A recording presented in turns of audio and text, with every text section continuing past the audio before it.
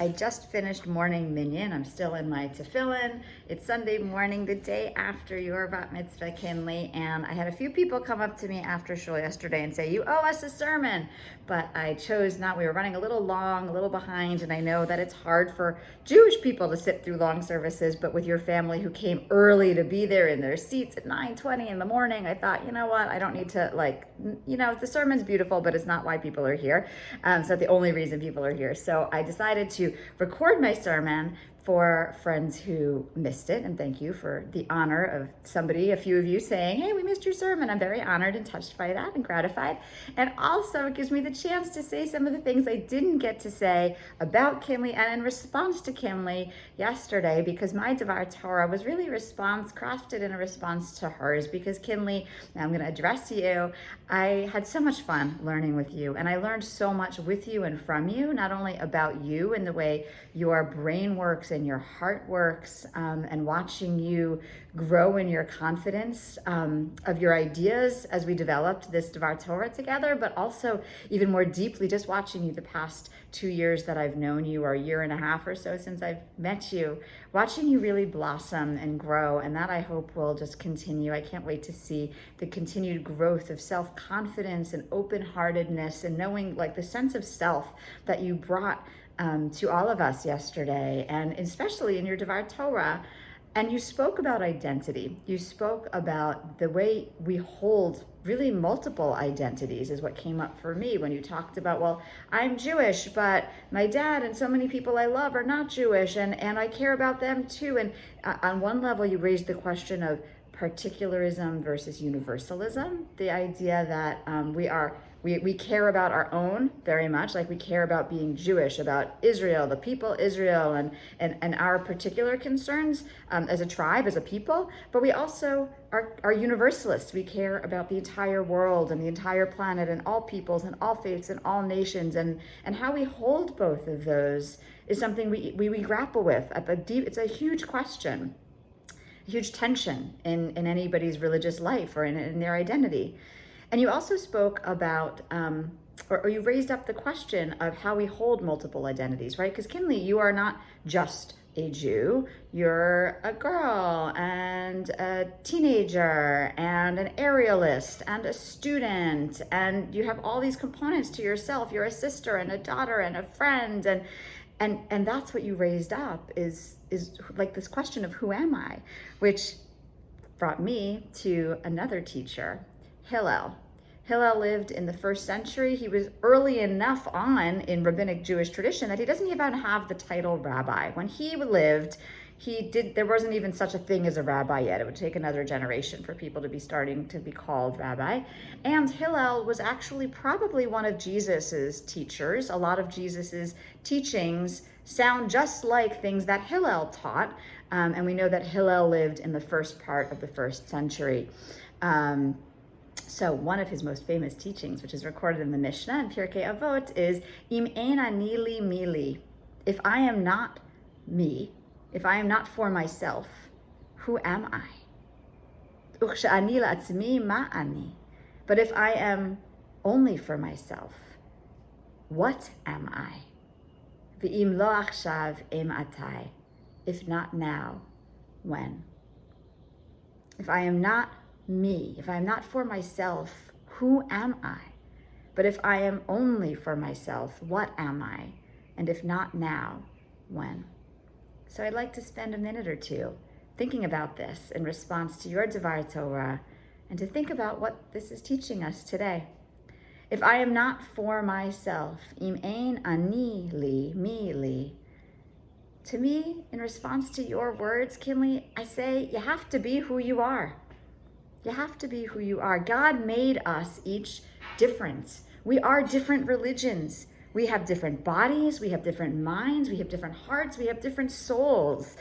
In fact, there's a blessing that the Talmud suggests that we recite when we see a huge crowd of people.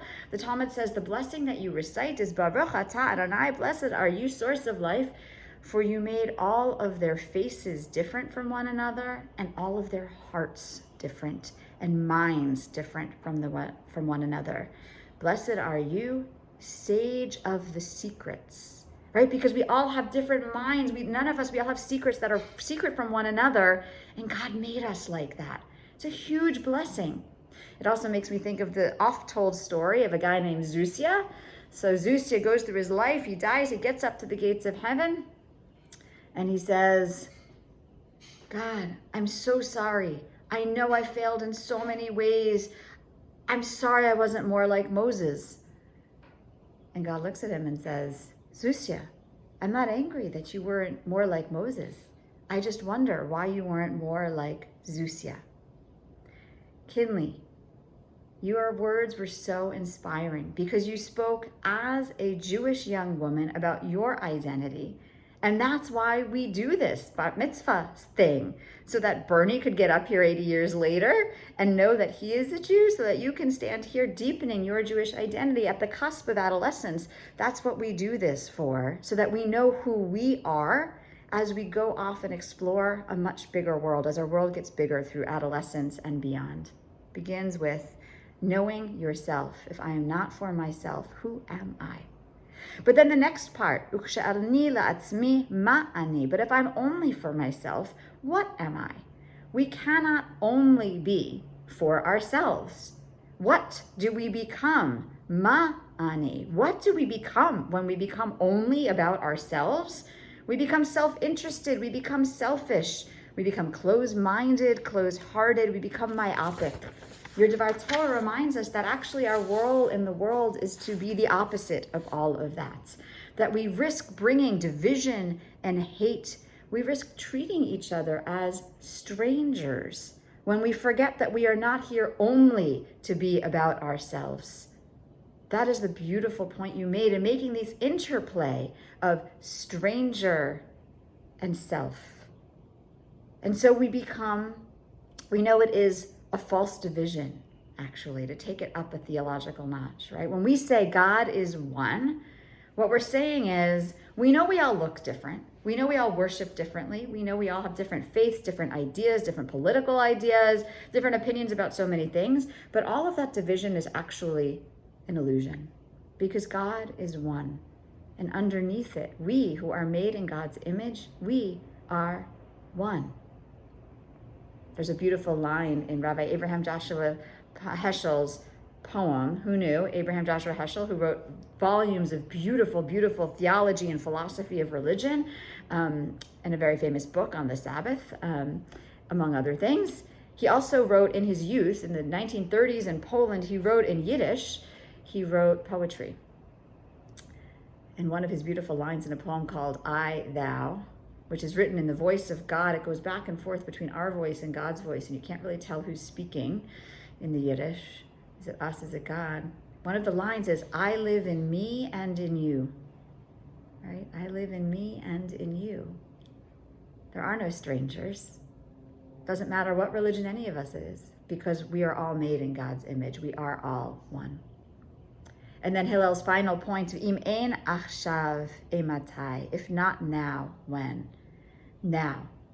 So Kinley called on us yesterday morning to be ourselves and to love strangers. And from that place of strength of knowing who we are, to then reach out with open hearts and open arms to create a truly inclusive community, which is a beautiful message for Pride weekend, Pride Shabbat, this Pride month. That each of us should be inspired, therefore, to do one thing for ourselves, let's say in the next 24 hours, and to do one thing for someone else, a stranger, you might say. Maybe that's a hug, maybe that's calling somebody, maybe that's reaching out, maybe that's reminding ourselves of what our speaker on Friday night told us, our speaker who spoke to us for Pride Shabbat. And she came and she said that in the lives of trans and queer youth, the number one thing that makes a difference to their mental health and their actual survival is knowing that there is at least one person who supports them. As long as they have one person in their life supporting them on their journey of who they are, that makes a statistical huge difference in their coming through their mental anguish. So that's what Hillel is calling on us to do. If not now, when? When do we show up for one another? May we take from our time together today. All right, that was my line from yesterday. May we take from our Shabbat together and now our Sunday morning, our spillover into Sunday, that we are really not so different after all. And may our prayers and our time together celebrating and worshiping be a step toward a shared humanity and peace among all peoples.